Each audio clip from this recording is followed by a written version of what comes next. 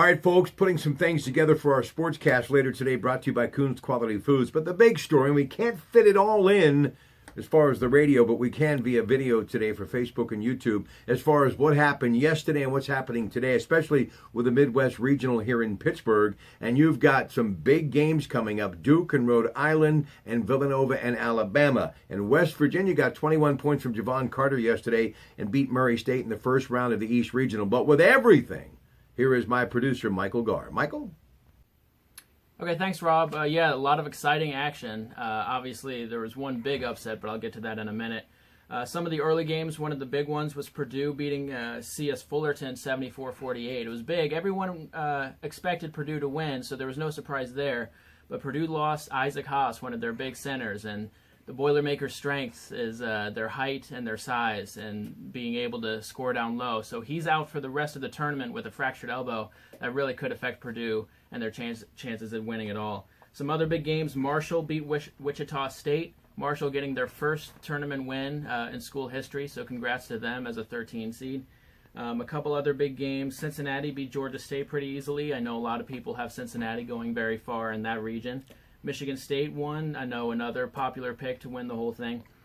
Xavier took care of business, but the big one was UMBC, University of Maryland, Baltimore County, beat Virginia by 20 points, the first time ever in the history of the tournament. A 16 seed beat the 1 seed. So congrats to the Retrievers for making history there. They had 16 seeds had lost the previous 135 matchups against a 1 seed, so they finally broke through a good matchup there.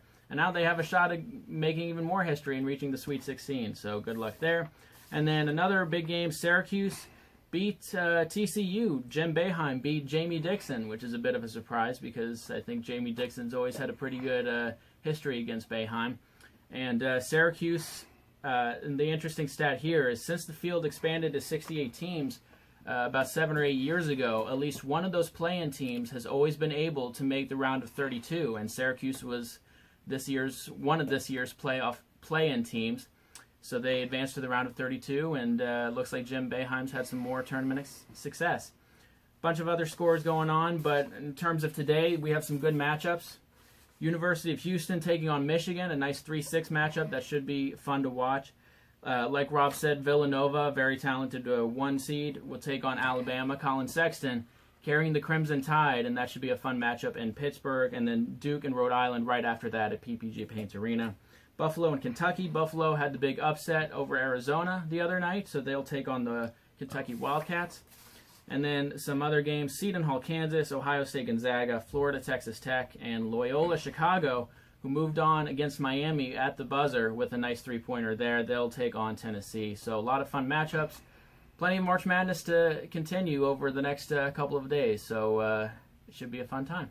All right, thank you very much, Michael. And don't forget, we're going to be talking about it all throughout the weekend. Sports 5:15 all the way up until 7:45 every half hour, Saturday and Sunday morning, and we'll break it all down on the Coons Market Black and Gold Sunday show at 11. Good morning, everybody.